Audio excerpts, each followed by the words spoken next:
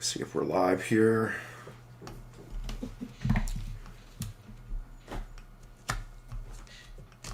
Okay, I believe we're live. Welcome to Sunday Live Chat, and very, very special guest today, Mr. David J. Hello, David. How are you doing today? Robin, doing fine, thank you very much. Yes. It's an honor to welcome you.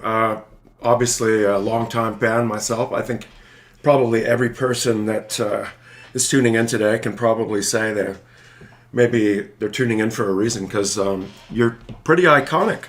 The most recognizable bass line ever written in alternative music, I would say.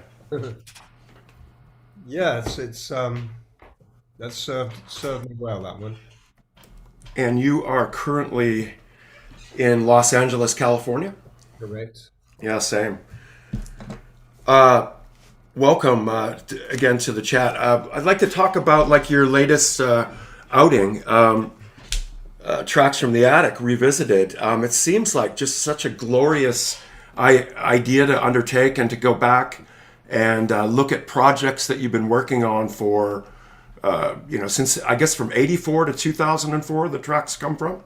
Yeah, they're all demos from that long period, and they're demos of songs that were never actually sort of fully realized, never really pursued, or recorded properly with a full band, and that's exactly what I've gone and done with 10 of the tracks.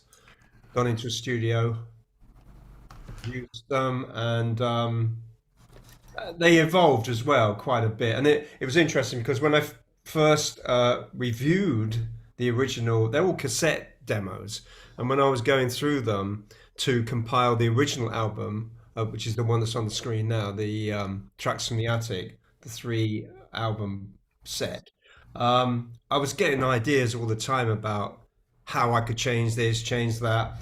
Um, and so when it was suggested that I go and actually do this and go back in and revisit the tracks, I was raring to go because I there was ideas already forming in my head, just having gone through that process of reviewing.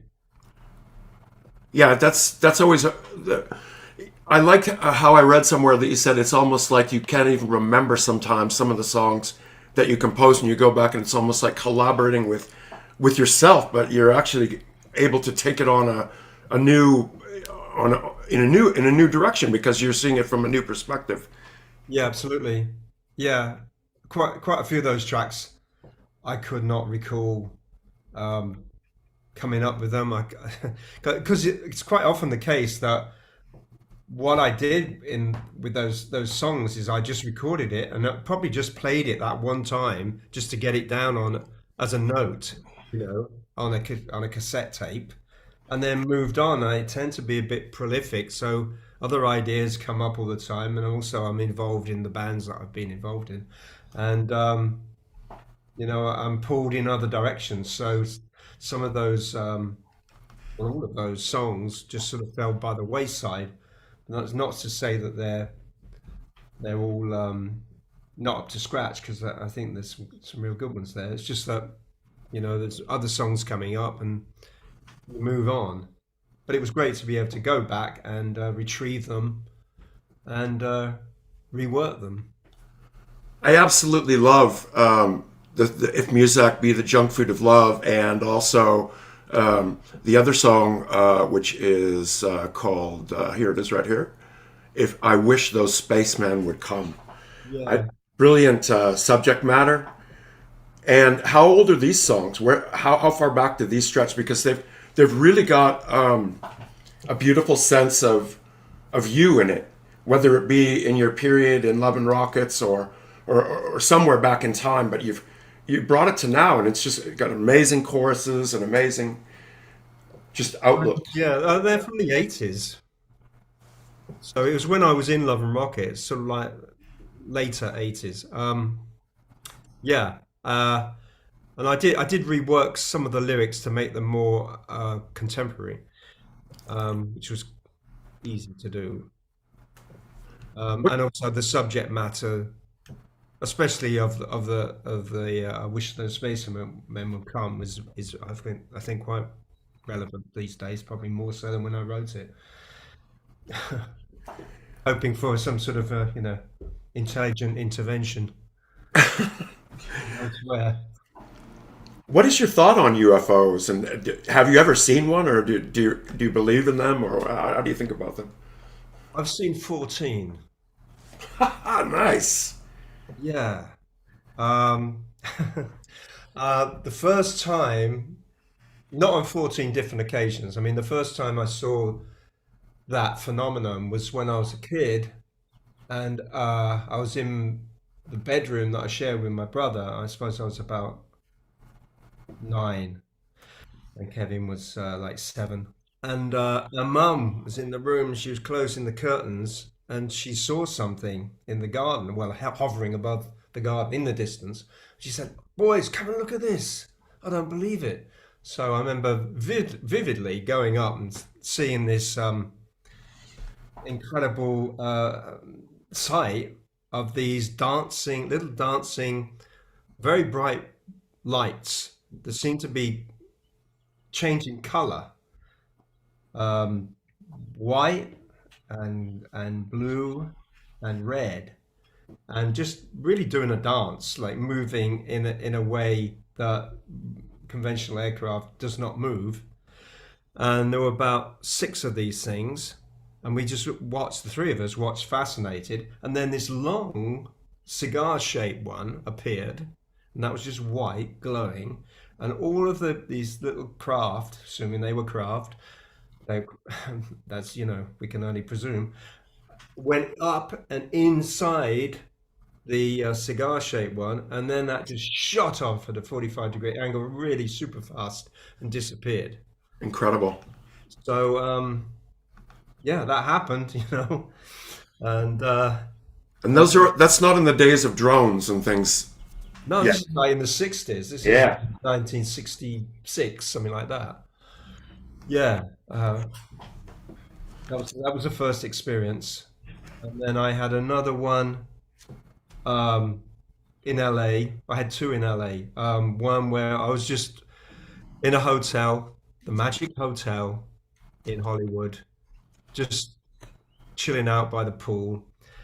And it was funny because I was reading a book and I saw the shadow of a bug over the pages.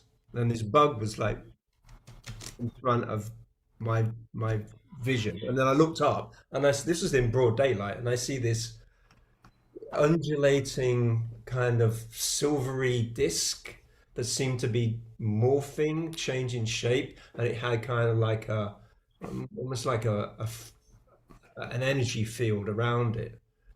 And there was another guy by the pool, just 2 of us, and he said, "Are you seeing this?" to me, and I said, "Yeah, I'm seeing it. What is that?" He said, "I've no idea." Then it seemed to be coming closer, and then the manager of the hotel came out, and we called him over, and he saw it. The guy who was there by my side ran into his room and grabbed his camera to film this thing. But by the time he returned, it had disappeared. I mean, literally disappeared. Brilliant. That's the only way. They can't just like come and then saunter off. They really just have to do to make you really think like, oh my God, what was that?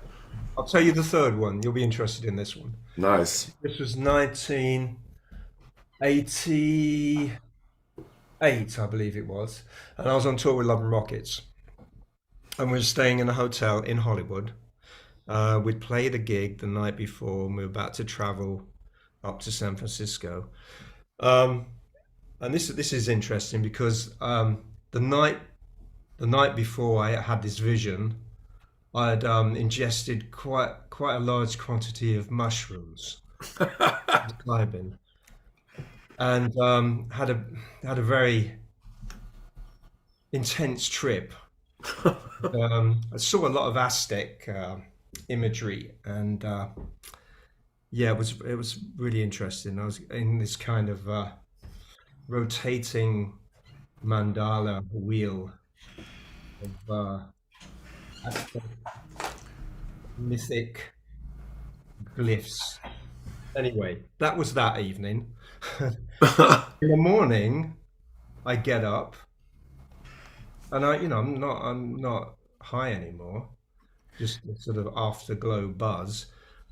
Open the windows and I see these two classic silver discs just floated, just hovering in midair.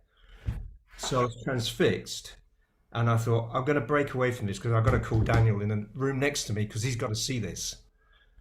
So I thought I know what's going to happen as soon as I avert my gaze. This is going to go away. Anyway, I called him up and I woke him up. He was not too pleased. Hey, what's going on? Do you know what time it is, man? I said, yeah, Dan, look, sorry, but just trust me. Just go to the window. Look out your window now. You won't believe what you're seeing. Oh, fuck. Really? Yeah, do it. Just do it. All right. So he goes, and then he comes back. There's nothing there. Are you tripping, man? What's going on? I said, no, I'm not tripping. I was last night, but not at the moment. But I just saw two classic, flying saucer UFO discs hovering. Dave, I'll see you on the bus in about 2 hours. All right. Okay. Sorry, Dan, but that happened. That's brilliant. And I really want to read your memoirs about that. I hadn't done so yet, but I've been told by everybody, oh my God, you needed to do that. So I know I've heard that there's like a ton of excursions, mental excursions that you describe within the book that many people have related to being kind of surprising. There's a supernatural element. Not that I go into the UFO thing, Right. but I do go into other phenomena. Supernatural phenomena. Yes. What is like touched you the most as far as supernatural phenomena in your life? There's been a lot of experiences. Or a book or some sort of experience that Yeah. opened I mean, something really, you, I you, mean, you couldn't really, let go of? I Alan Moore, really, and my workings with Alan, and he really sort of focused me into the magical realm. This was in the 90s, early 90s, and we did some work together creatively that was a direct result of our investigations into all of that. There's a couple of records out there. They're quite hard to find, but they exist. And just really just the huge learning curve that comes from being, in the presence of a godlike genius like Alan, a real a magus, a wizard. That's amazing. I also note that you have some other guest musicians on your album. I see Stephen Perkins is on there. I guess you Yeah, know him from working with him yes, previously. lovely guy and a brilliant drummer, of course. Yeah, yeah. He plays percussion. Uh-oh, Um, what's this? I love it when people send some gear pictures to me, but I must say I've never seen this before. it's a little mixer that I've been using because I've been working on some of late some soundtracks to these Grand Guignol films, really early films, silent films from the 1900s into the 1920s, and it's for a company called cEVIN Films, which is a wonderful company, incredible back catalogue, and they asked me to come up with some scores for these movies. So that's what I've been really in the thick of that. We actually had a presentation uh, about a week ago, um, the day after I got back from Japan, at the Academy Museum of Motion Pictures, and it was great to see them on these films on the big screen and hear it on a really great sound system. And I'm doing more of those. That's the theatre. That's where we were, and there's one of the films. Um, And how did it feel to to know that you're going to be like the spirit of these old films that were essentially? I always find how intense music can be. Obviously, we both all of us realize how well it plays in. But how was it to score something like this that was originally just silent? yeah. Well, it occurred to me as I was doing it that I'm soundtracking ghosts, Oh yeah, because brilliant. none of those actors are alive, Yeah. and I'm scoring, for the dead, S- which, which spiritual scoring. yeah, which is kind of in my wheelhouse anyway. What about ghosts? You ever had experience with ghosts? Yeah, I have a few. People always like to talk about ghosts in my house because every person that comes in it claims they see it or see him or experience. So it's always been hugely interesting to me to share what other people have experienced. Yeah, well, when we were staying at Rick Rubin's house, this was in the mid 90s, this is Love and Rockets. I was staying there with Daniel. We were working on some songs for the what was to be the next Love and Rockets album. There was definitely a presence in that place. It's a big old mansion, white mansion. Wasn't it the Houdini mansion? No, They it's call it? just opposite. People think it's the Houdini They mansion. thought it was, but Actually, actually, just opposite. It's yeah. directly opposite the Houdini place. Um, and we were staying there, and I really felt the presence of some kind of entity. It wasn't particularly malevolent, but it was very strong. I could feel it kind of hovering above me. It was very evidently female. That was my perception, and almost like a kind of muse. Yeah, it was a kind of muse spirit that thrived on creativity. And of course, a lot of music has been created in that place. That's where Rick recorded the Red Hot Chili Peppers album, Blood, Sugar, Sex Magic, and Jimi Hendrix stayed there for a while. Jimmy Page was there, and the Beatles were there in the mid 60s. That was the reason that Rick got it in the first place, because it had this association with the Beatles. And prior to that, um, a lot of the silent movie stars, going back to that whole era again, would pass through, like Rudolph Valentino, Louise Brooks. It was the Steinway mansion. It was the people that made the pianos that originally owned it. But it was a very vibey place. And then, if you do read my book, you'll read the story about the fire that occurred there. Right? That was very spooky. With Genesis P. Origin presence. And yes, and when Jen was very seriously injured, as he and I tried to flee the building as it was engulfed. Gathering instruments and tapes. Yeah, Yeah, yeah, we yeah, were staying together in this back room, and that's where I really felt the presence of that entity. I don't think it was uh, instrumental in the fire. I think that was coming from another source, and that was a voodoo doll that mysteriously appeared. oh my God. It actually mysteriously appeared down Jen's pants. What? Yeah, yeah. You have to read the book to. Okay. Believe it. Tomorrow I'm getting it today. I'm starting tomorrow. No, Yeah, it's funny because Jen was at our place in Malibu that became Rick Rubin's house after, and we had rented that house making an album called The Process, and of course it was all relation to the Process Church and very dark period. And so Jen was with us with the Gristle box, and he took it from there to you guys, and you guys then had him there, and he had that experience where the Gristle box was lost forever. yes, It's kind of a indeed. mythical tale. Yes, and I know that studio because I did visit it a couple of times and actually worked there with Porno for Pyros. And here's another ghost story for you, and this is a good one, That right? one was haunted too, huh? Oh, absolutely. Yeah, Absolutely haunted. had Yeah. some weird juju going on in there. Oh, definitely. And there was on one occasion, they had a pool table there, which you probably know. Yeah. Oh yeah, we played that. We were taking a break, in recording. The engineer was just setting stuff up. And Perry Farrell decided to play a game of pool.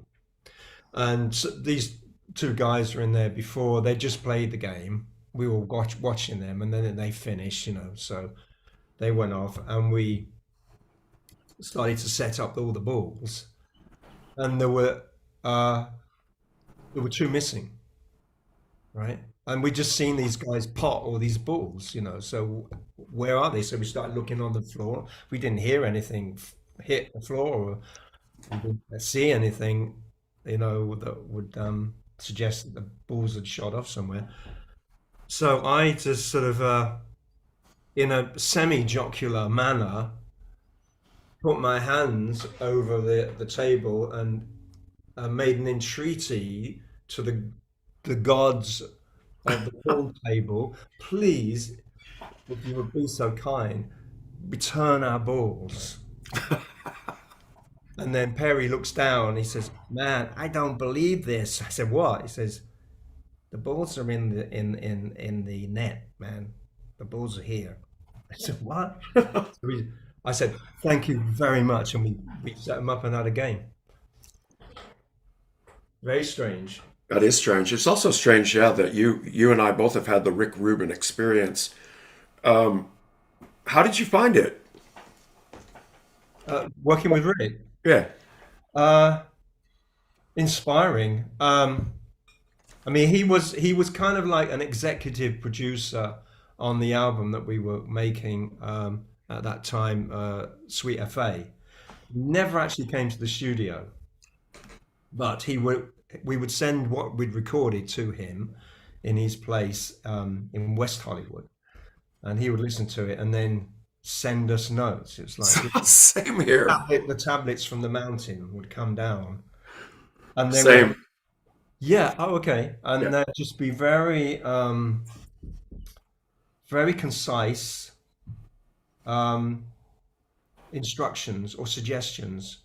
Um, just something like, I remember this example with a track.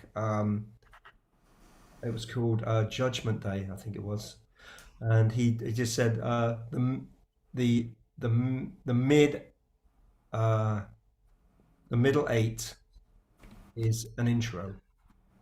So the middle eight is an intro. Oh, okay.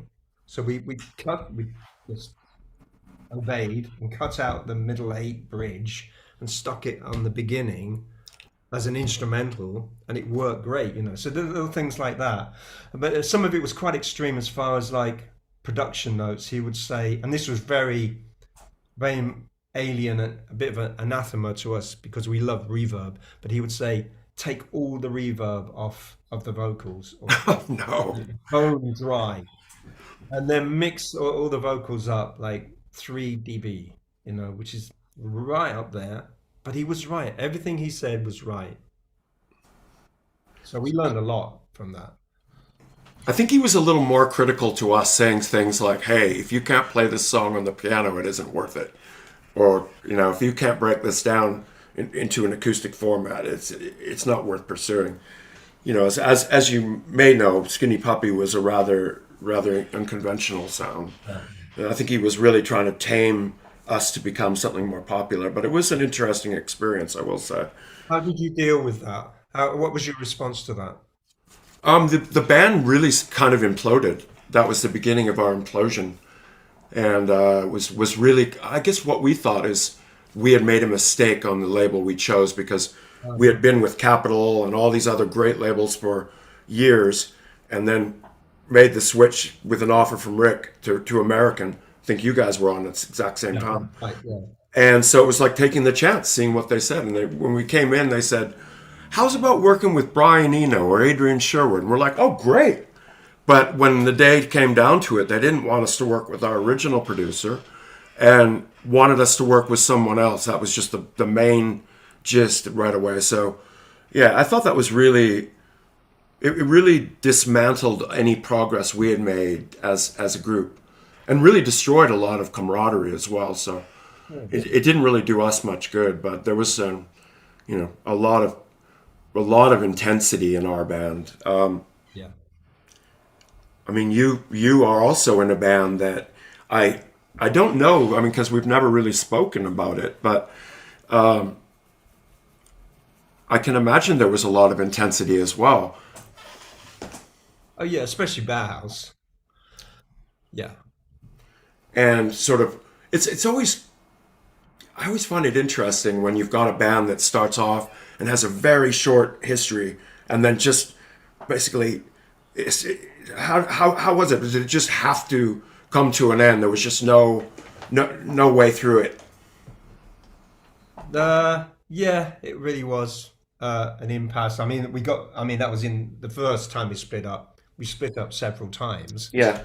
So obviously there were reunions. But that was in '83. And I mean, it's pretty evident as to um, where the trouble lay when you consider that three of us got back together as a new band. Right. Um, see, you know, where the clash was located there.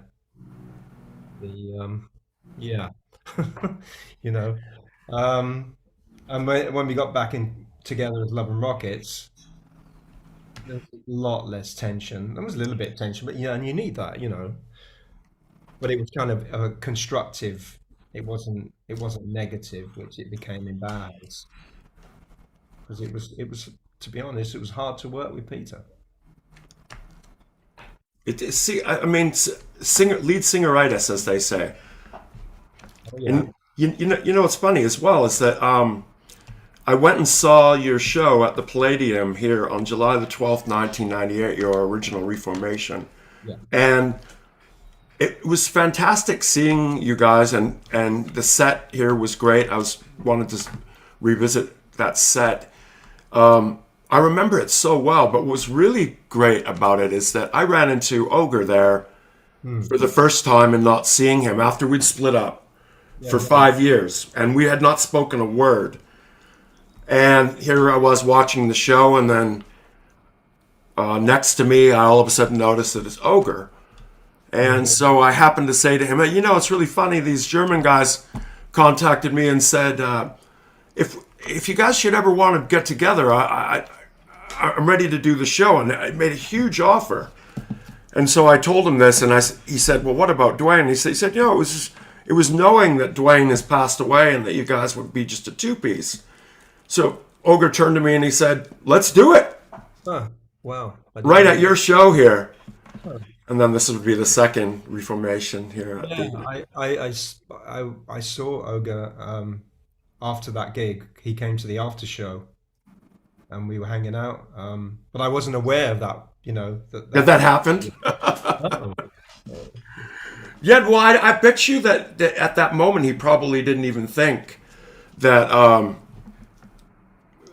because, of course the discussions went further, and then all of a sudden we realized, hey, wait, we're really doing this. So we ended up being back together for 23 years. So it was a little bit of a longer formation, several albums and stuff, and was quite fun again. But nevertheless, the tension came back, and the thing that made us, sort of like made it difficult.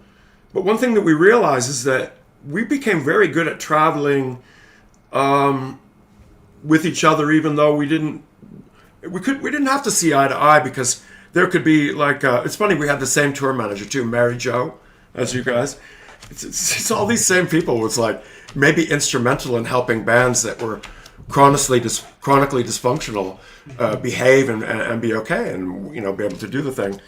And throughout time, I think that's what we got really used to, just having the separation and being okay. So did you guys ever develop that, or when you would reform, was there a situation where the old things would come back and you just have to abandon ship again? oh yeah, yeah. And it would go through phases where it was fine, you know, for a week, and then something would happen, some little incident, you know, um, and then um, and then it would just sort of blow up from there. Um, it's ironic though that that tension that exists and sort of personality clash is also an integral part of what makes the band exciting and edgy on stage. Agreed. And quite often, when we were on stage, this is Bauhaus in particular, it would be a bit of a kind of cathartic exorcism to, to just work out our frustration with each other on the stage. And then at the end of the set, it'll all be on an even keel again until the next gig. So, yeah, it's part Yeah. of the whole Cruel thing. New World 23, with the blood red moon and everything, kind of because like framed your golden moment there. You almost would have thought that having gigs this great could like just pacify you to see on and beyond. Yeah, But I guess that wasn't the case. no, evidently, and yeah, it just became too much. Yeah. One day I'll tell that tale. Some great shots there, though. Yeah, and that night was so memorable. I mean, I was wondering about that. If it's like when you've got such a dynamic going on, and when you leave, and the thoughts of the gigs in your mind, like, is this something that you think to yourself, okay, I'll go back and do that again if the environment's right? Yeah, but there's of course some things that happen spontaneously in the moment that are pure magic, and you can't recreate, and it would be silly to try to do so, you know. And Bauhaus was very much a band that produced that kind of thing, you know. Yeah, the spontaneous, sometimes it was the result of things going wrong or not as planned. And also just having a front man like Peter, who is just so powerful and Yeah, predictable. We never knew what he was going to do from one minute to the next, and it could be something very violent, it could be something very dangerous to us and the audience and himself. And we were living on that edge all the time with him. When it was contained, so it was just sort of fizzing on the edge of exploding, then that's when it was at its best. And we quite kind of maintain that quite often. A lot of gigs um, were powerful because we were at that point. It was just like on the edge of going overboard, if you know what I mean. You know yeah. what I mean, because I mean, I saw Skinny Puppy live. I know that you know that realm. I've lived a very similar situation. There's no doubt about that, and I can fully relate to everything you're saying about it all. Yeah. What is it about Northampton that brings out Bauhaus? Well, we were outsiders there. We were real weirdo outliers, and alienated and just of aliens, and we kind of relished that. I mean, we hated being there, but we also relished it, and we didn't. I mean, interestingly enough, we didn't move out when we could have. We all stayed there. Um, You're the most popular band and musical event that came from Northampton. I yeah, was apart trying to see there was any. Was there any other band that inspired you from Northampton, or was that why you were exposed to such things as reggae and other things somewhat more prominently? Yeah, there weren't any bands as such. I mean, there was very good bands in the town, and quite a few followed in our wake immediately after Bauhaus. But we weren't influenced by them at all. But you mentioned reggae. We were certainly influenced by reggae, and there was a big Rastafarian population in Northampton, and they used to hold. Yes, man. Yeah, man. They used to hold these sound systems. There was a place called the Africa Centre by the bus station, and it was like a big, big old warehouse. And we used to go there myself, Daniel, Kevin. I don't think Peter ever went, maybe once. And a couple of other mates, and we would be the only white faces there, white guys anyway. Um, and they were totally cool with us, and it was just so inspiring Isn't it? to I've be had, there. Like these things were going all night, and they're just these big fucking old sound systems. They'd have yeah, like goat's head soup, like a goat skull in a big vat, you know, and of course, ganja, ganja a go go. ganja go go. And the police would leave it alone because it was like it became like Hakim Bey's temporary autonomous zone where it was just like a little like self-ruled anarchic state, and it was glorious. And the music Brilliant. was just wonderful. And what really sort of seeped into our mentality as far as the music we were making was dub, and that comes to play in Bela Lugosi, as well as a few other things. Full on. Yeah, it's applying the dub kind of techniques and ideology, really sort of stripping everything down. It's kind of like I think you can equate it to sculpture in a way because it's taken away to create a new form rather than adding.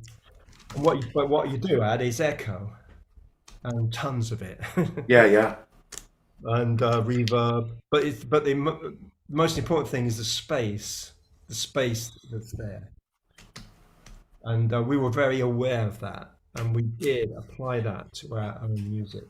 So not like trying to like play cod reggae, Right. but by playing music that was coming from us as like four young white guys in the Midlands, in a market town, so bit industrial industry, it's the boot and shoe industry, and just mixing that all together. But it wasn't just reggae. I mean, also you can also hear funk, and Daniel was in a funk band before Bauhaus, quite a good one called MI5. And so he All had original material? no, they did some covers, a couple Yeah. of originals, but he had that funk, style of playing, but made it his own. Of course he would, because he's brilliant. Um, but that all came in, and also this is interesting as well. I was about to go before Daniel asked me to join the band because I was the last member to join. I was about to go to Germany to play in a covers band, and we were playing on American. We're going to play on American air bases, and all the music was all covers of funk and disco. So I'd learned like 60 of these bass lines, and it was just, and it wasn't really music that I naturally gravitated to, but I got into it, and then I didn't. I abandoned that plan because Daniel asked me to join the band, and I didn't have to really think twice about it. And then that music came into play, but in a really weird kind of way, like a post-punk. I call it twisted disco. You can hear these Nice. low bass lines. And kick in the eye. There you go. Funk, yeah, and things like God in an Alcove has got this sort of walking disco. Yeah. vibe. Um, Quite a few tracks have that element. So it's all of these influences came into the mix. I love in your story about how you came into a studio and your first track is Bela Lugosi's Dead, and it seems like you guys just absolutely knew what you wanted to try when you got into the studio. And I just love that that vision is just so perfectly executed, and you went with 9 minutes instead of a regular single length, and it's just so amazing how young people know pretty much exactly what they want. It's just kind of the audacity of youth, isn't it? It's this sort of, unbridled, self-confidence. In some quarters, in other areas, you're the opposite of that. But when it comes to making your music, we certainly were that way. And what was another great thing about when we recorded Bella was that it was not really fully formed. It didn't have a set structure. It had an outline. So it was semi-improvised. And in fact, every time we played that song, it was different. It was never followed like a rigid structure. That's just, I don't know. It just always amazes me that at that time, I mean, you probably could have chosen to be a punk band or Well, there was a punk band that preceded Bauhaus that I was in with my brother and Daniel. He was going to join that band, but it just kind of petered out. But there was a punk band because I went to see the Sex Pistols in '76 at the 100 Club in London, and I took cEVIN, and that's was galvanizing. That's when everything changed. and like the things about scenes, as far as like everyone will always remember that Led Zeppelin is part of that scene of that period, and then punk comes along, or we can define, okay, the Sex Pistols is his thing. But did it appear to you already that by '78, when you're starting your own band, that you needed to avoid punk, or did you feel like it was over already? It wasn't. It was over in its purest form, but it had evolved in a really interesting way, and post-punk. Um, Post-punk had yeah, no rules either, but yet lines and definitions and scenes were being solidly created, such as, we won't want to call it the creation of goth, because no one knew that dark, as you call it, dark glam, was really the creation, I guess, the scene of what everyone refers to as goth. But you don't know that the scene is being created so much at the time. You're just following your interests. yeah, and post-punk had the spirit of punk. It had that. It was coming from that, and it came out of that revolution of like tear everything down and destroy in order to create. But now we don't have to stick to like four chords and shouting. We can evolve musically, but just be very selective on what you bring to bear. You take a little bit from like um, kosmisch music, krautrock, a bit of Can, and a bit of James Brown funk. I think a band that really did this brilliantly was the Pop Group. There's so many people make a reference that are from the UK to the pop group being an important inspiration. Yeah, they were. I saw them in '79, and it was really inspiring. What was it about the pop group that inspired you? I mean, as a common reference point of inspiration, us in Canada, we never got a chance to see the pop group or really even get exposed too much to them at all. So when we hear about it later, we're like, well, what was it? It was so expansive and just sort of like there's no limitations, and it was had this kind of wild energy, and it was also drawing from things like the Beat Generation and also surrealism, but also it had Africa in it. It had this rhythmic element, and a free jazz as well. It was a real melange of all these different things, and just had this wild, free spirit. So it was very liberating and liberated and stylish as well, and just powerful. What was your first impressions of America? This picture, I believe, was taken by Brian Shanley, possibly on your 1980 visit to Chicago. And I can't help but notice how young you guys look. I Yeah, guess you're about young, what, young, 23 or something? 20, younger Yeah. than that, like 21. Kevin was 19, young and happy. Not even legal yet. Yeah. Well, he was legal in the UK. Um, America was not a disappointment. It was very exciting, especially New York, and Chicago was great as well.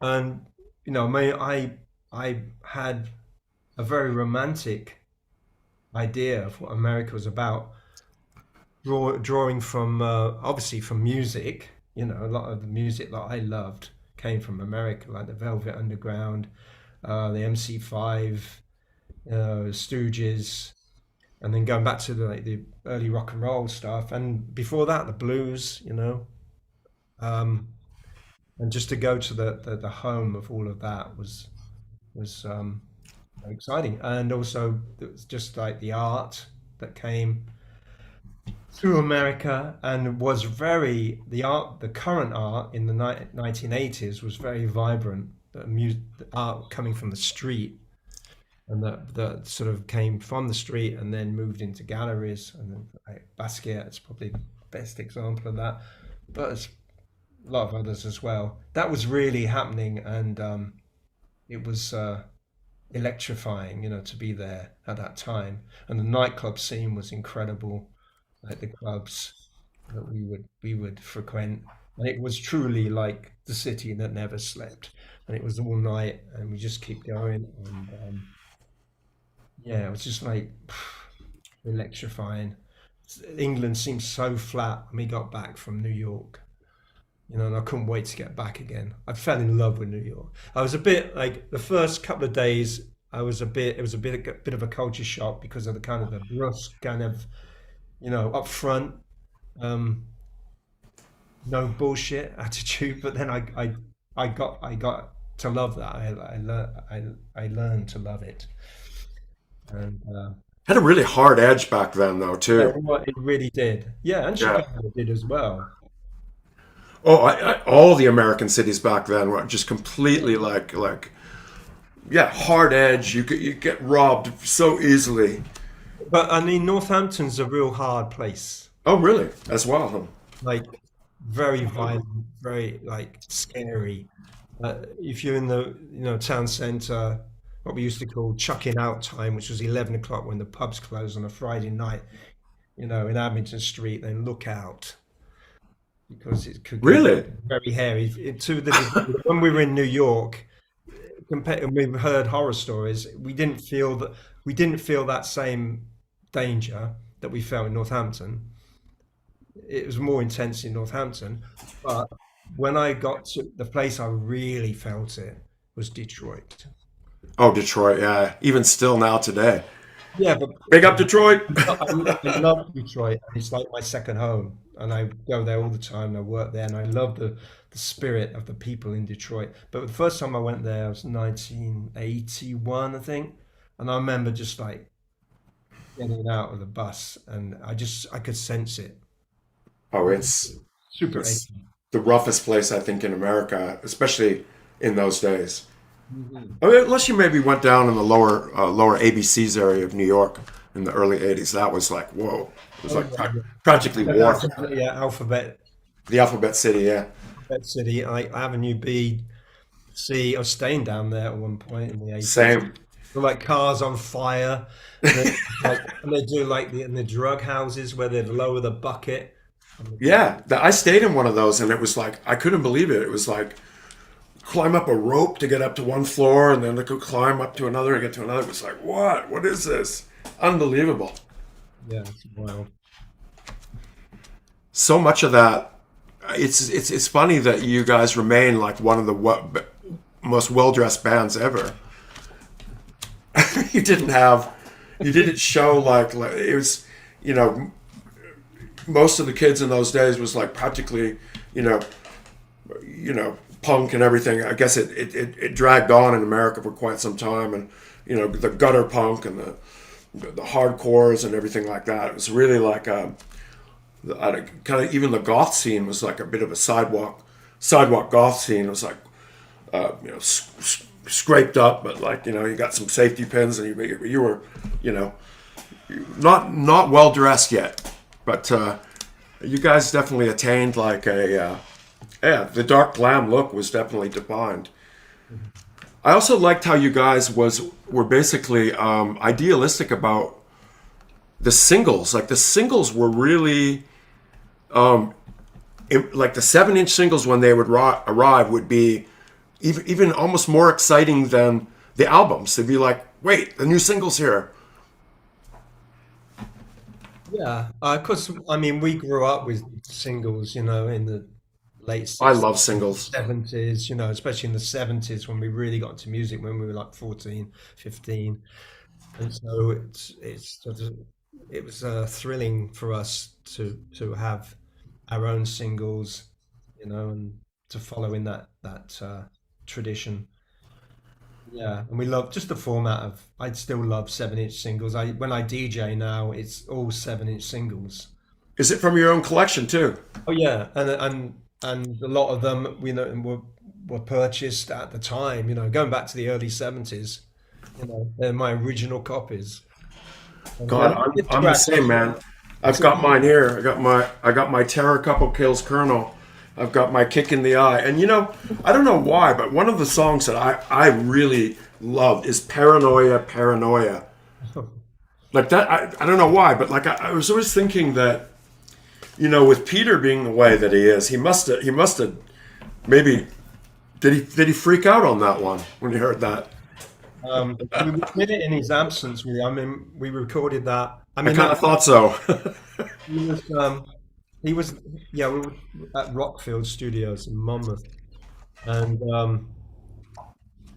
certain substances had been imbibed, let's say, and we got this mad idea to do this sort of ceremonial, crazy ceremonial chant and march around the perimeter of the farmhouse there, in which Peter was curled up, in a fetal position, I think, in his room, hearing all this insanity going on and banging on tin cans. And I mean, we never intended it to be a track or anything. It was just a moment of madness. But then we did record it as we were doing it, and then Daniel and I took it into the studio and worked it into this experimental dub track. I love it. Yeah, and that was a thing that we loved to do on the B sides of those singles. Yeah. Is go out there, and that was something that we carried on right the way through Love and Rockets. And also when we did radio sessions at the BBC, like the John Peel show and things like that.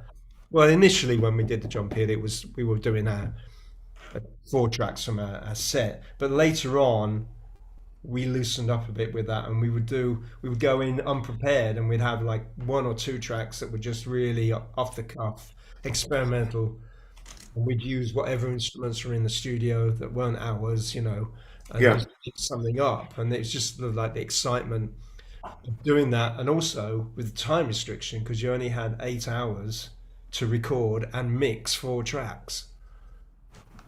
Yeah. I love Stigmata Mater too for that.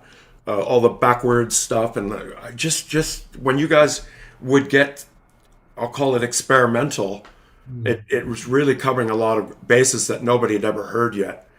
So it was definitely opening my mind. But I was always going to ask you. I noticed here that one night you played with. Oops, where'd it go? I'm gonna find it again. One night you played in 1979 with Throbbing Gristle. Yeah.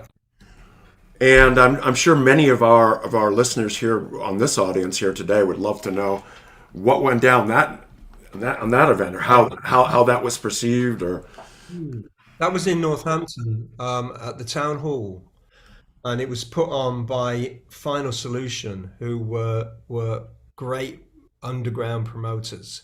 They always put together the best bills, and it was one of their gigs, and £1.50. that was the day I met Jen, and yeah, so we had quite a following by that time. We'd been together just about a year, and so we had that burgeoning following. But also, every freak in town came out of the woodwork. But it was funny because my mum and dad that was the gig they decided to attend Oh yes. on their way to the Conservative Club. And so my dad in his suit and big kipper tie, and my mum in her fur coat and pearls attended. Um, Brilliant.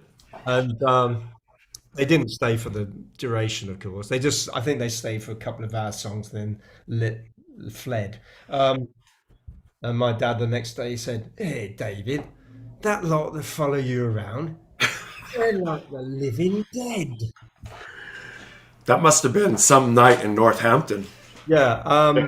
And I remember Daniel and I went down the front to watch Throbbing Gristle, and we loved it. And it really was wall of sound, you know, very intense.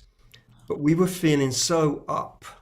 And we both, it was a kind of incongruous, you know, this feeling of, and we asked Jen after, well, we said, and we commented on this fact of Genesis, and he said, "Oh, that might be something to do with the iron negative ion generators." And we didn't know what that meant, so we said, "What is that?" He said, "I'll show you." And he had these industrial negative ion generators that were the pumping away by the monitors on the stage, and they just it sort of fills the room with this kind of ozone charge, and it clears the air, but also it charges the air. Three, at least three of us went out the next day and bought a little miniature version What? of negative ion. Never heard of such a thing. Yeah, we were well into that, so that was very interesting. And also, what was also really unusual and that kind of perplexed us, but also fascinated us, was the way that they presented themselves, Throbbing Gristle. In when they finished, it was so anti like show, anti rock and roll, because they didn't go off. They just stopped and just in a very humble way, just started unplugging, wrapping up their own cables. Nice. It was so understated, and the audience they're used to like the band like you know, last chord off, encore, everyone goes nuts. Oh no. And so everyone's just sort of looking around like, and then the lights come up, you know, it's like, oh, Wow. Did you okay. get the impression that people liked it or enjoyed it, or was it something Most people standoffish? were completely bemused by it. I mean, we were bemused to a degree, but we also liked it. Yeah, It was so different. that's brilliant. I'm thinking that I see that you also did one here with Clock DVA. I don't know if this That's is fine. Yeah, that's a finer solution. See, yeah, a couple days later. Was that yeah. said just a couple days later, right? Yeah. This one you're at Charing Cross. I think that was in 1980. I don't know Yeah. how I can remember that, but I don't know. I think it was, Old days.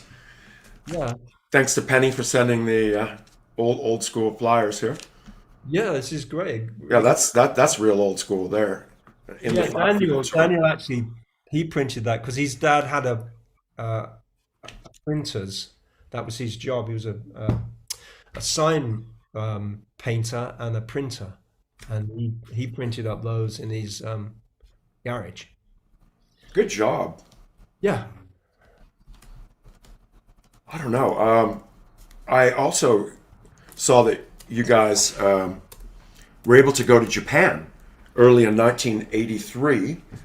And it's funny because, I had some experiences in Japan as well. Before that, my dad had sent me as a student in a youth exchange program, and it was so different. Like, I mean, it was like back then in the 80s, it was called Showa era. So basically, you really had a strong cultural differences, especially when you were staying with families and stuff.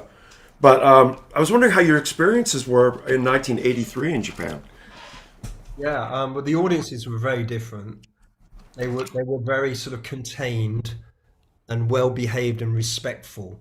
And it was a bit intimidating in a way. I mean, because they would play a track and they would politely applause and they'd remain seated and then to stop. And there'd be this silence, this yawning void, of silence until we started playing the next song. And but they were really like kept in their place, and they had these guards control, like walking up and down the aisles. And if anybody stood up, it's down. We actually got them all up in the end, and the authorities did not like that one bit. we were ticked off over that. Of course, it changed. I mean, now it's quite different. But it was, yeah, a very conservative society. And there's still a strain of that, definitely, that runs through the Japanese culture. But it's become. We noticed when we went back in the 90s, like mid 90s, it had changed and become more. Changed so much, huh? Yeah, Yeah. become, um, Still love it, but changed so much. And it's funny because my friends will be like, "Hey, let's go find a Showa era coffee shop." You're like, "Okay, I remember." I did enjoy this time. I just come back from Japan. I was visiting my son Yes. who lives there now. And I did a couple of DJ gigs, which was fun.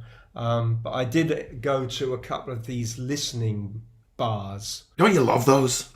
They just, yeah, they have really nice sound systems and they just play vinyl and they have very good DJs. Sometimes you can select, and also some jazz bars that are a similar thing but with jazz music, and they were great, you know.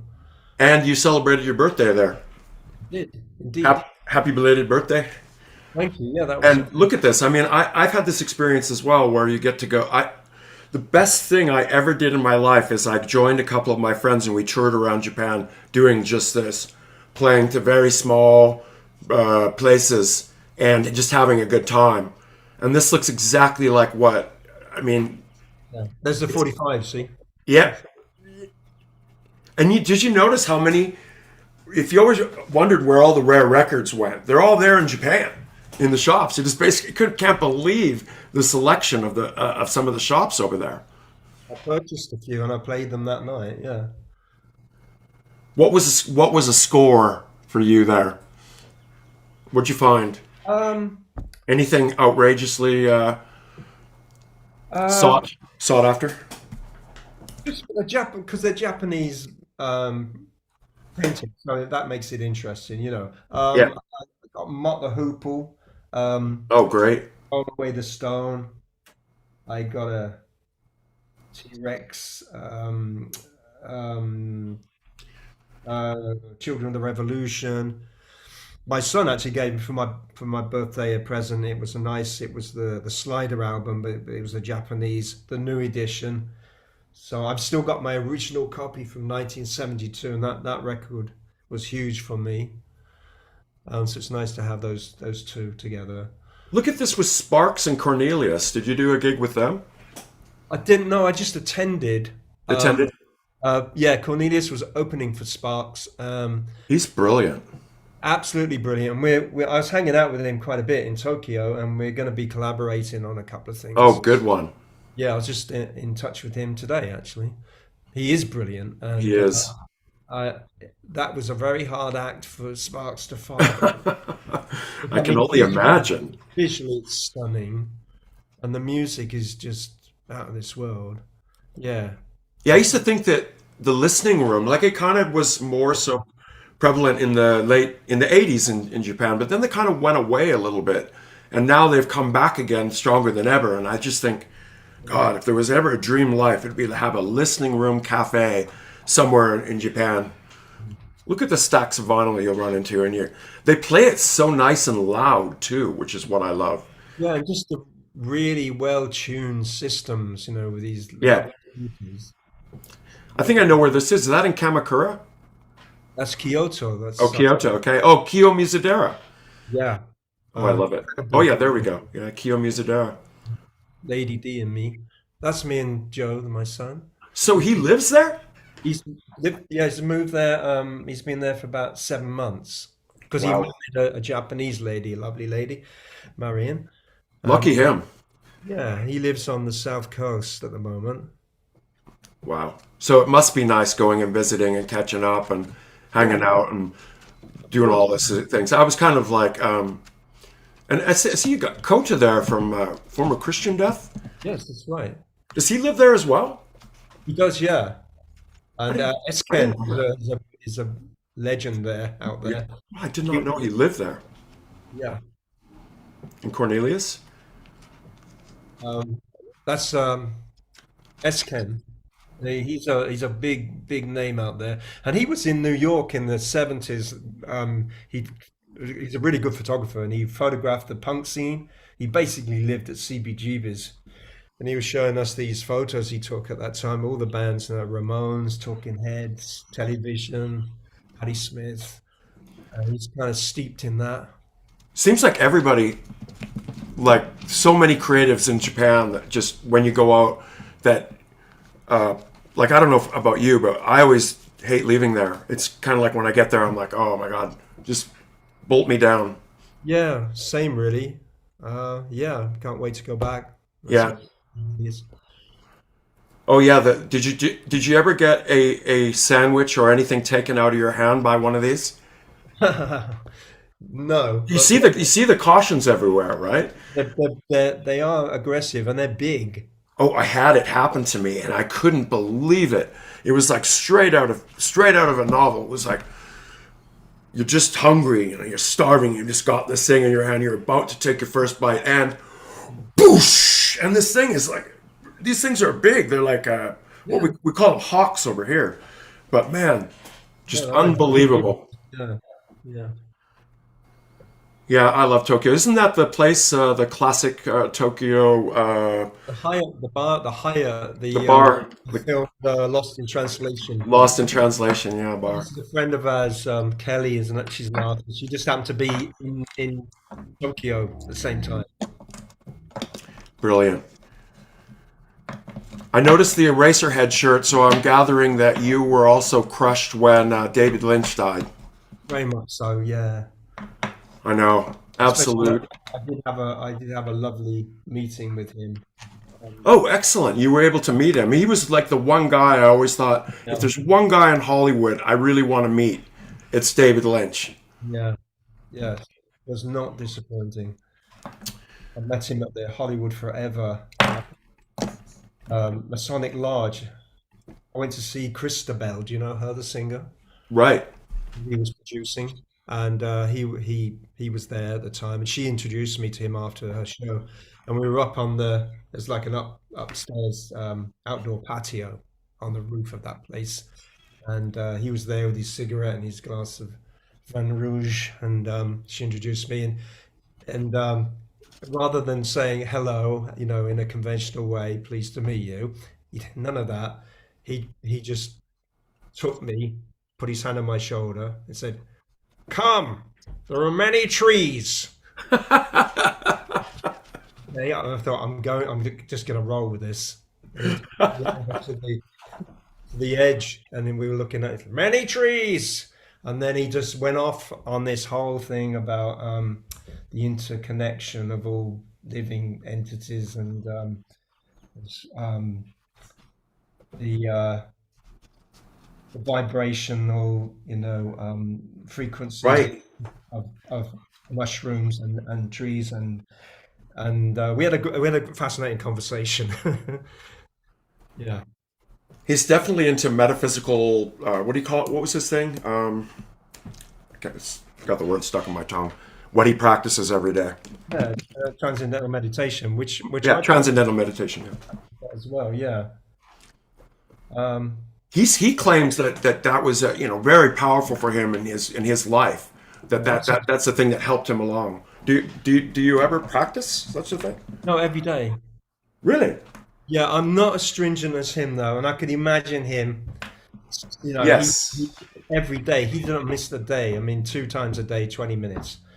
I'm sure he did not miss a day because he was that. He was that. Well, what would you say? Kind of a bit Asperger's, but disciplined. And because he ate the same meal every day for the whole of his life. Same meal, like a chicken, broccoli, and something else. It doesn't surprise me. When he was at home, if he was Yeah. back, I, yeah, that's fine. But yeah, so it's a very unusual soul. I was speaking with John Fox on one of the chats here, and I found really interesting that we were also talking about the shift of scenes and time. And I kind of had this picture tucked in here, and I thought I'd mention it. But recently, you got a chance because I guess you missed seeing Patti Smith at the Roundhouse, which I've been told was a shift in the paper. Like, by the next day, you could feel the shift in time musically, and you finally got a chance to see Patti Smith.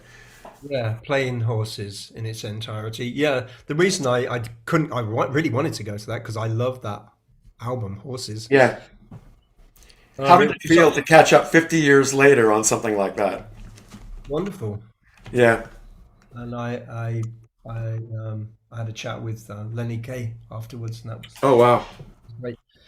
And I slipped her, Patty, a copy of my poetry book. It's recently come out. So it was great. Reason that I didn't go to the first, I wanted to go, but I was in Northampton and not in London. And the only way you could go to gigs in those days is like go to the box office at the theatre or the venue, which was the Roundhouse, Right.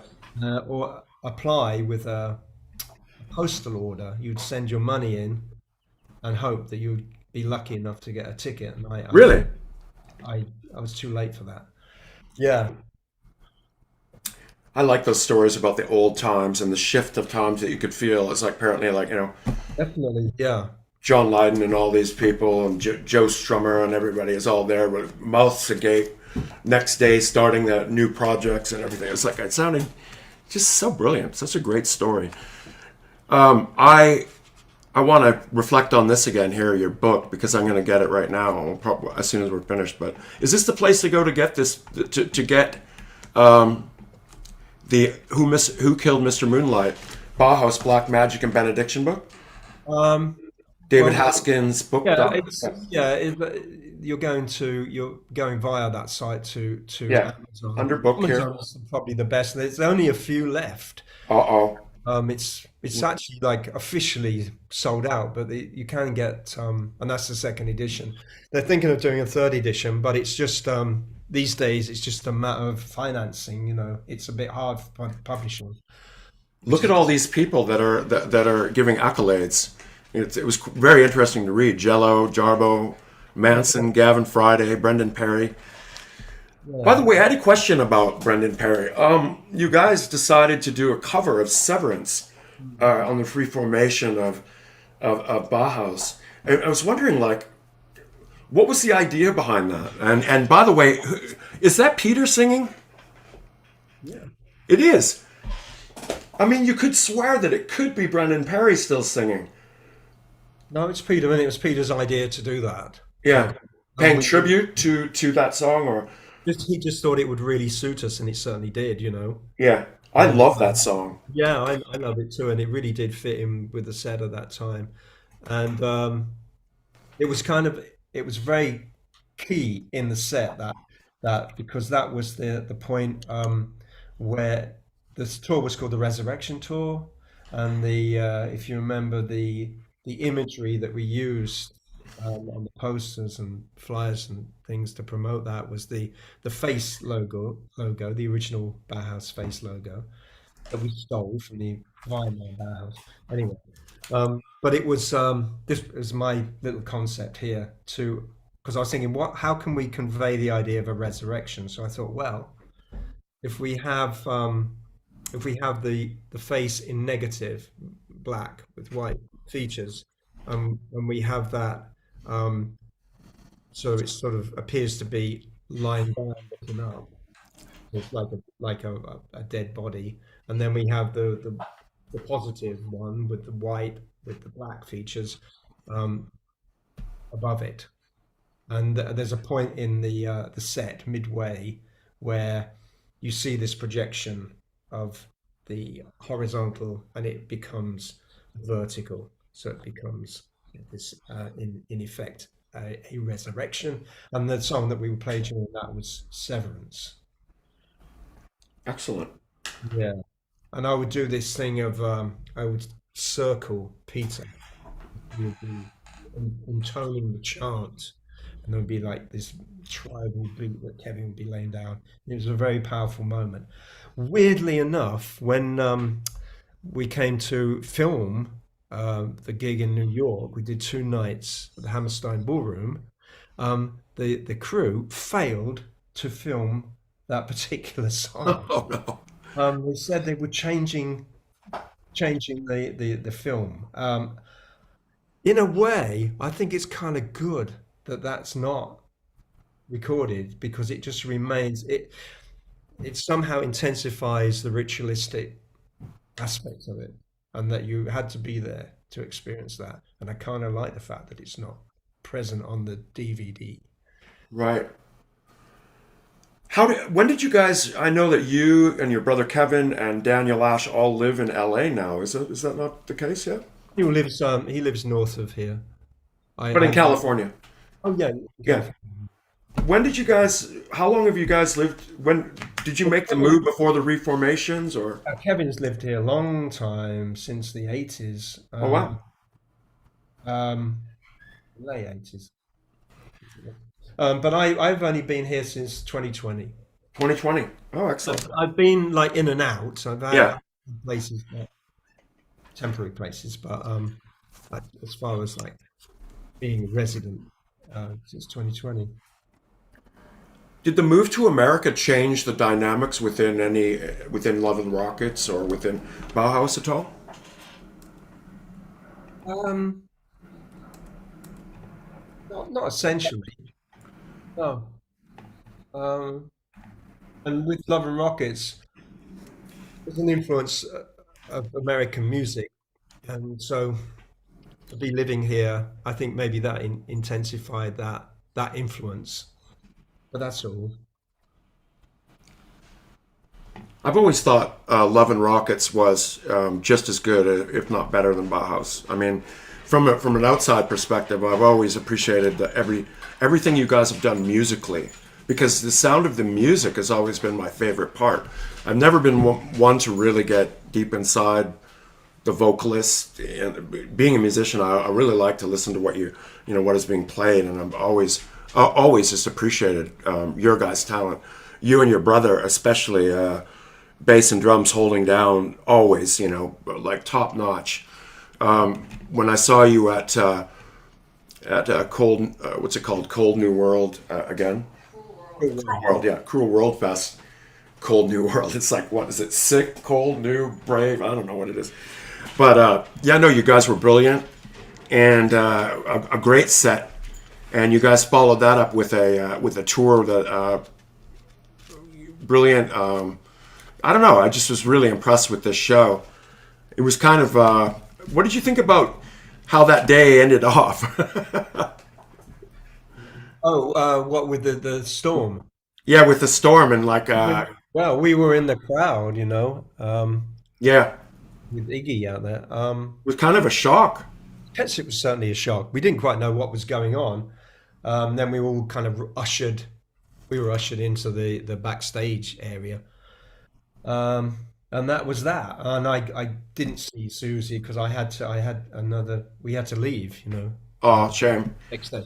I went back the next day and watched it, and it was brilliant. She Yeah, yeah. absolutely spectacular performance as to be expected. But yeah, what I think she said something really funny. She came out and she said something like, "Don't they know that was part of my show?"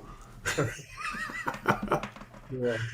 But it seems like, in the eyes of like destruction, when Bauhaus starts to get boils too much, that you guys are always ready to fall back on the goodness of Love and Rockets, and I really think I don't know. I would just try to encourage you guys to keep going, to keep it rolling. I don't know what the underlying circuitry is on that, but I just would be more than happy to see more Love and Rockets stuff go down. Hmm. Well, I mean, currently Daniel has a new project, which is very good. At the Ashes and Diamonds, and I've got multiple projects. I got so many things on the go. So, um, I can barely keep up with the notes. I mean, all I can say is that yeah, you were so prolific and you're working with everybody, and not only that, but like for the energy that you have in the way that you travel and the way that you're booking your the shows that you're traveling and you're doing shows for people in cities that are literally I say this with respect, but you've said it tonight. I'm playing to two cats and a dog. I really think that's just brilliant.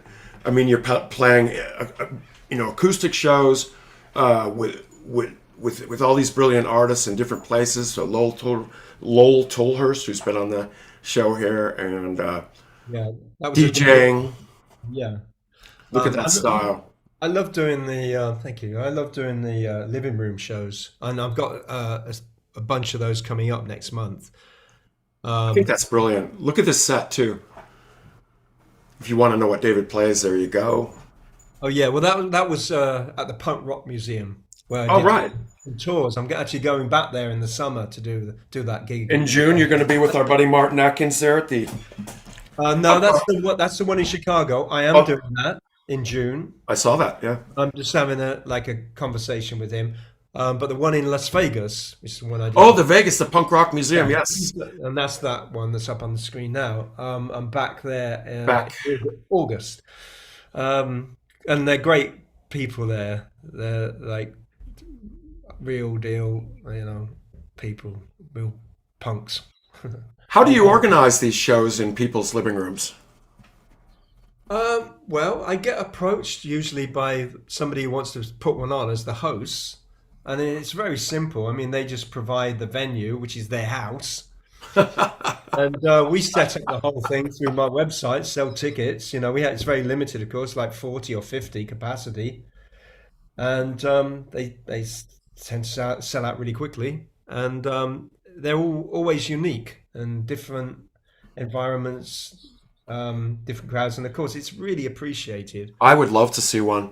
So you do readings from the poetry books Sometimes and, I do that at the and acoustic numbers and anything goes, right? yeah, and I Bit like the pop group. no, but I bring in like local musicians quite a lot of the time because I like to do that. So it all changes up the dynamic a lot, of course. That's brilliant. And puppies, kitties, Yeah. All are welcome. all sorts of things going on. No, I have to hand it to you.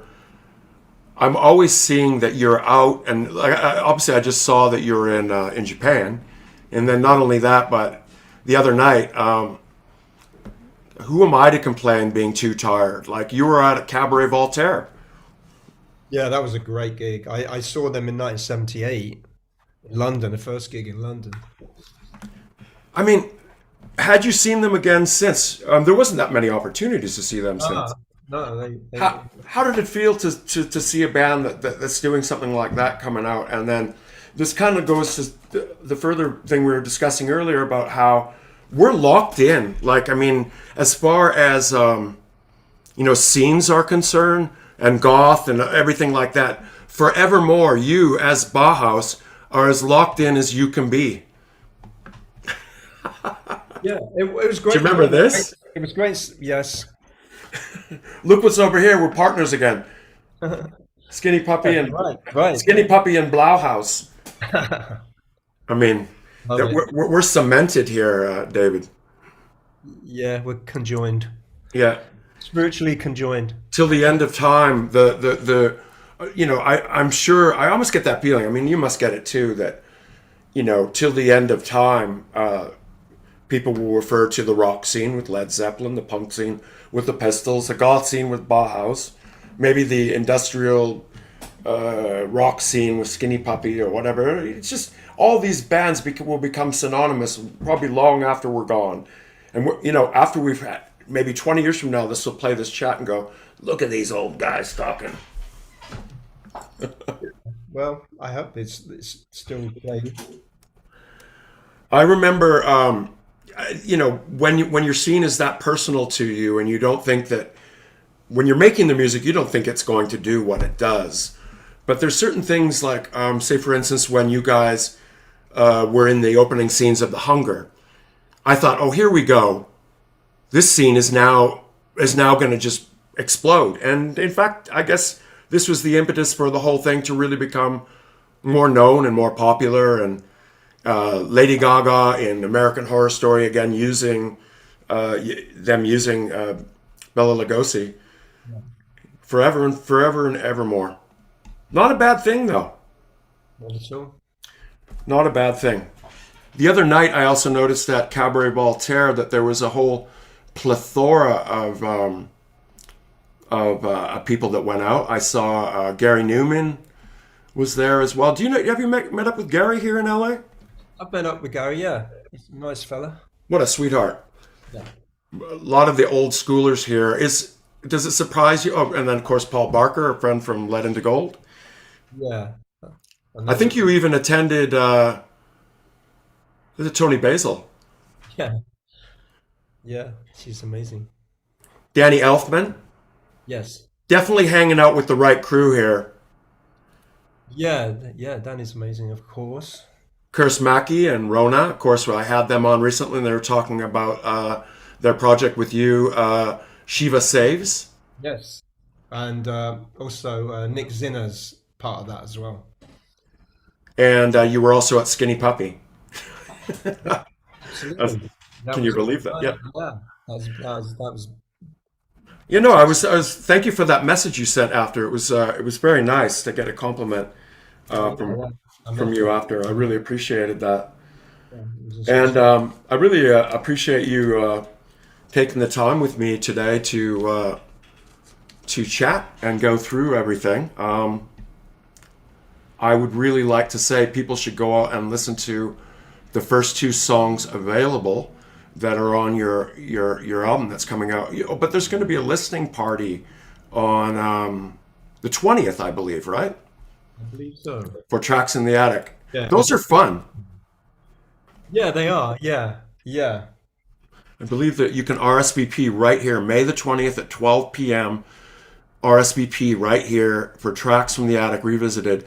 Go check out the two videos here for I Wish the Spacemen Would Come and If Music Could Be the Junk Food of Love. I can't wait for the rest. Is there anything special about the dig ups of the other songs that meant a lot to you?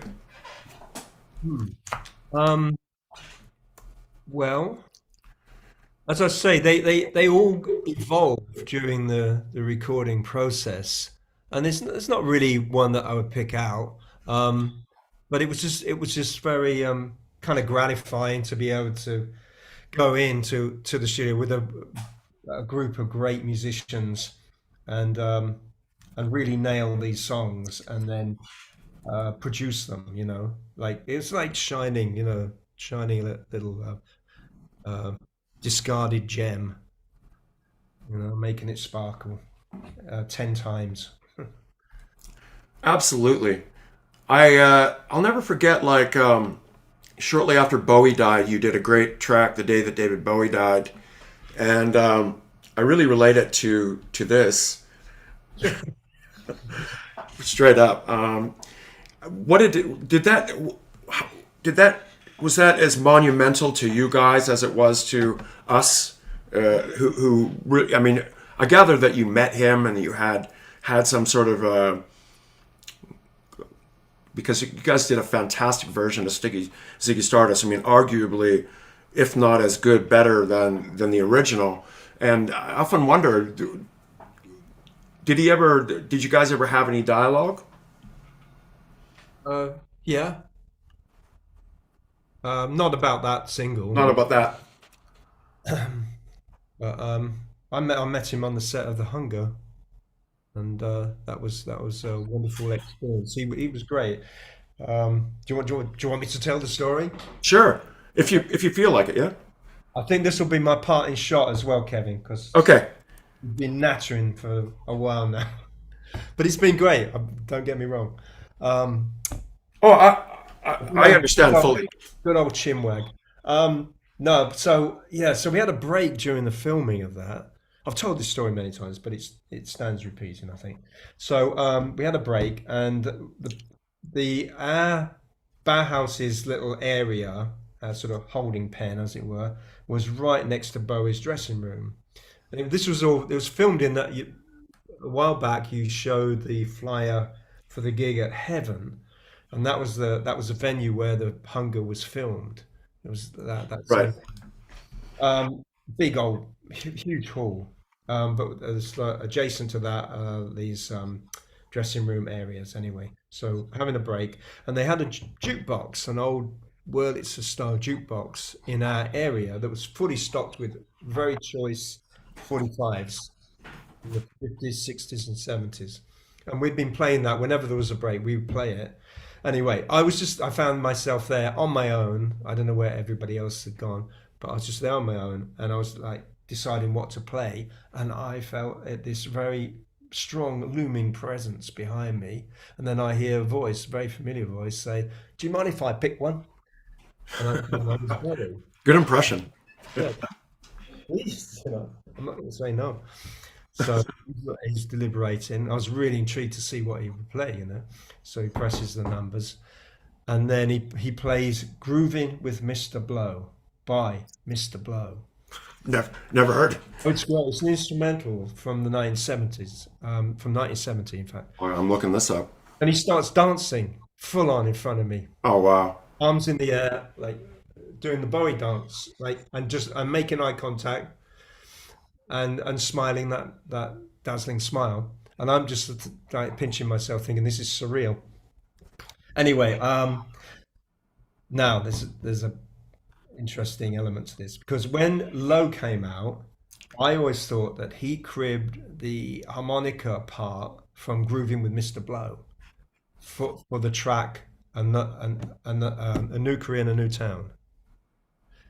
And it was sort of like the hubris of Nervous Energy that made me get a bit cheeky. And I said, "This reminds me of something." And he's, without breaking a step, he goes, "Oh yeah, what's that then?" I said, "It's one of yours." He goes, "What?" I said, "It's off a Low." He goes, "Come on, what?" I said, "A New Career in a New Town." And he goes, winks, and does that, and smiles and carries on Wow. dancing. Brilliant. So I got that right, and then he danced through the whole track, and then when it finishes, he walks by and sort of pats me on the shoulder like that, and goes into his dressing room. You had it. Brilliant. It was a great experience there. That is certainly something to remember, especially First memory, yeah. from since 1983.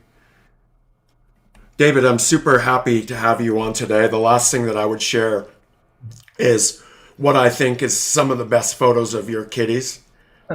Yeah, yeah. My young lady took that one of Benny with the. What a gorgeous cat. My That's God. Mr. Bond. He's the alpha. Oh, he looks like it. We have 4 cats. Oh, yeah. I love cats, man. Everything about cats. And I could kind of see, that fellow cat person here. So, no, seriously, thank you so much, David, for joining me today. I'm seeing tons of people here on the chat on the side, loving the chat. And thank you guys for all of your support out there. And David, all the best to you on this Sunday. Have a wonderful day. And I hope to run into you in person sometime down the road here. Yeah, let's make that happen. And I just wanted to say, before I came on here, I was chatting with our mutual friend Ali Dubfire, and he said to say hi to you. Oh, excellent. Big dish. Yeah. Big up Dubfire. Yeah. Another one of your collaborators. Yes. Yeah, the many. Always be on the lookout for this man. He is going to be forever in your minds and in your music. David J., thank you so much. Thanks, David.